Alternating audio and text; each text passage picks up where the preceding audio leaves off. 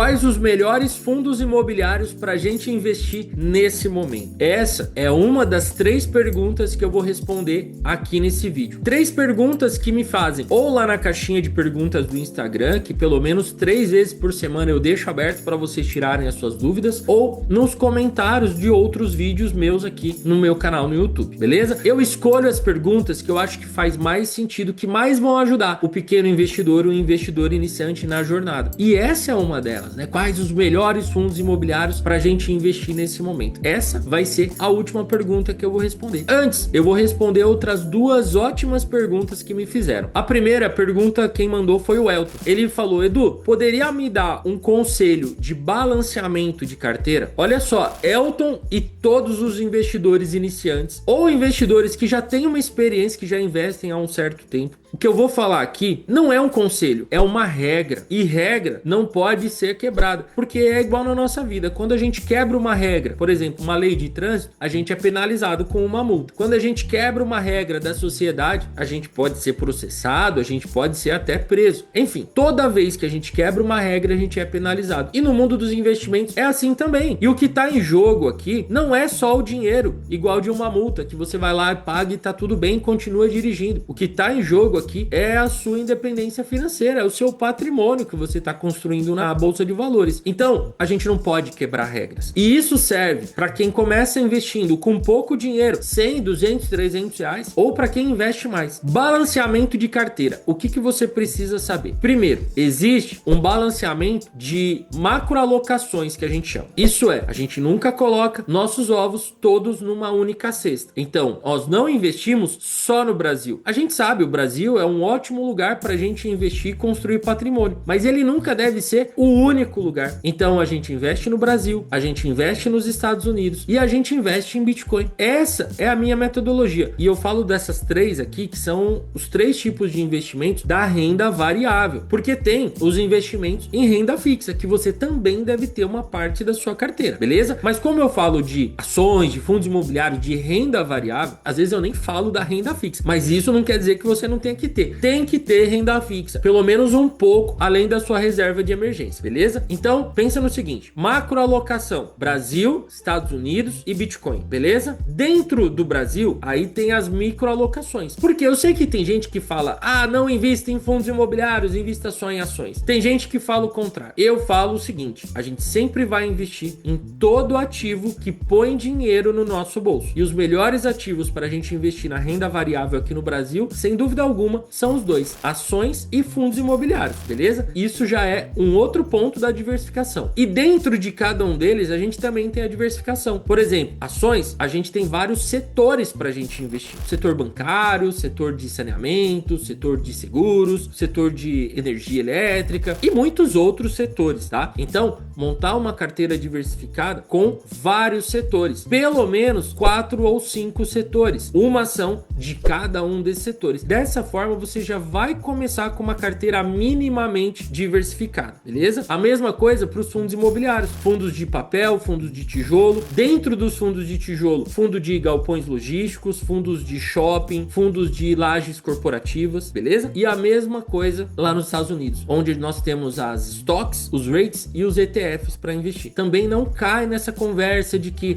invista só em ETFs, que só ETF é bom. ETF é ótimo e deve fazer parte da nossa carteira, mas não só ETF, não só stocks, não só os REITs, beleza? Cada ativo tem uma característica única e todos eles juntos vão montar essa carteira ideal para você, tá? Independente de quanto que você invista. Comece já de forma diversificada, tá bom? E o Bitcoin, o mundo das criptomoedas, eu não faço nenhum tipo de diversificação. Então, eu invisto só em Bitcoin porque dentro do mundo cripto, a gente pode ver um monte de criptomoedas se valorizando um monte e caindo um monte, mas a cripto de valor de verdade, e nós só investimos em ativos de valor, é o Bitcoin. Então é dessa forma que a gente faz um balanceamento, desse jeito que a gente constrói uma carteira bem diversificada, beleza? Segunda pergunta da Fernanda: eu já invisto, mas não vejo o valor aumentar. O que eu faço? Fernanda, calma, muita calma nessa hora. O investidor iniciante, ele precisa entender algumas coisas. A primeira coisa que eu faria se eu fosse você, uma análise da sua carteira. Por quê? Porque pode ser que a sua carteira tenha tenha sido montada de forma aleatória. Eu não sei se foi você que montou, ou se foi um assessor que montou, ou se foi seguindo dica de internet, enfim. Pode ser que a sua carteira esteja totalmente diferente da carteira ideal que você deveria ter. E talvez seja por isso que você não vê ela crescendo. Talvez você esteja com ativos ruins na sua carteira que você nem deveria ter. Então tem que fazer essa análise. Agora vamos supor que você já tem uma carteira top. Não,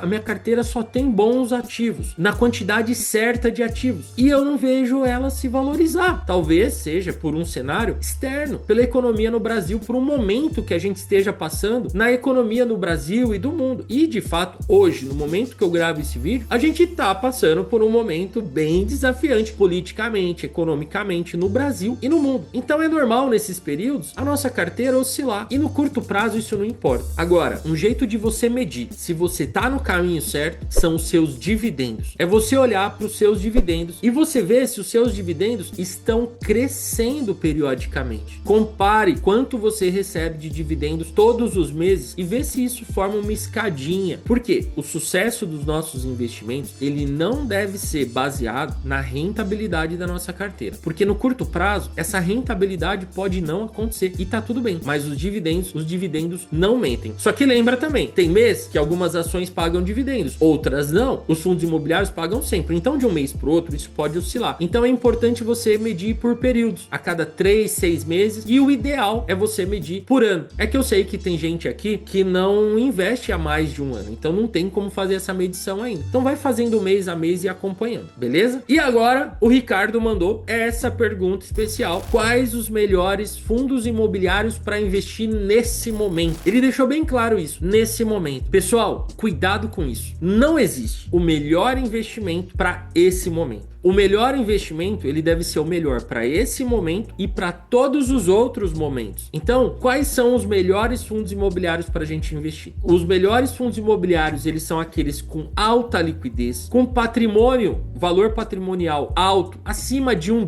bilhão e meio, com mais de 100 mil cotistas, com vacância baixa. Então, eu gosto daqueles fundos imobiliários grandes, os mais famosos, mas os mais famosos por serem grandes, não os mais famosos porque estão pagando dividendos muito altos, que isso aí pode ser uma armadilha. Então eu olho principalmente para essas características: liquidez diária, vacância, valor patrimonial, número de cotistas e fundos multi-imóveis e multi-inquilinos. Eu nunca invisto em fundos imobiliários com menos de 6 imóveis, por exemplo. E aqui nesse vídeo nada é uma recomendação de investimentos, tá? O objetivo desse vídeo é te dar conhecimento para você tomar as melhores decisões de acordo com a sua realidade, beleza? Então não é uma recomendação de investimentos. E dentro de uma carteira de fundos imobiliários, o que faz sentido para mim é ter uma carteira equilibrada, mais ou menos seguindo uma regra de 80% fundos de tijolo. Por quê? São fundos que normalmente pagam um aluguel mensal menor do que o aluguel de um fundo de papel. Porém, ele tem imóveis e isso é muito mais seguro do que os fundos de papel que investem em dívidas do mercado imobiliário. Inclusive, os fundos de papel, a gente tem que selecionar a dedo, porque tem fundos de papel que investem em dívidas com taxas muito altas que talvez se tornem impagáveis e o fundo acaba não correspondendo à expectativa. Então eu gosto de ter uma carteira com 80% fundos de tijolo, shoppings, galpões logísticos, lajes corporativas, até fundos híbridos, e 20% só no máximo de fundos de papel, beleza? Senhoras e senhores, seguinte, se você quer se aprofundar no mundo dos investimentos, eu vou deixar aqui na descrição do vídeo o link para você garantir o exemplar desse livro, Bolsa de Valores para Iniciantes, onde eu vou te ensinar tudo sobre como analisar ações, fundos imobiliários, como você começar na Bolsa de Valores do jeito certo, desde o básico, desde a corretora, até os índices, os personagens do mercado, enfim, tudo que você precisa para você desempenhar bem no mundo dos investimentos, aprender a investir para construir patrimônio e receber dividendos todos os meses. Eu garanto que se você ler, aplicar o que você leu, os dividendos que você vai receber vão pagar esse livro aqui muito rapidamente. O link tá aqui na descrição, frete grátis e um bônus especial para vocês aqui do YouTube, beleza? Agora, pra gente finalizar, regra, deixa o seu like, se inscreva aqui no canal e espera que o próximo vídeo vai ser ainda melhor. Um grande abraço.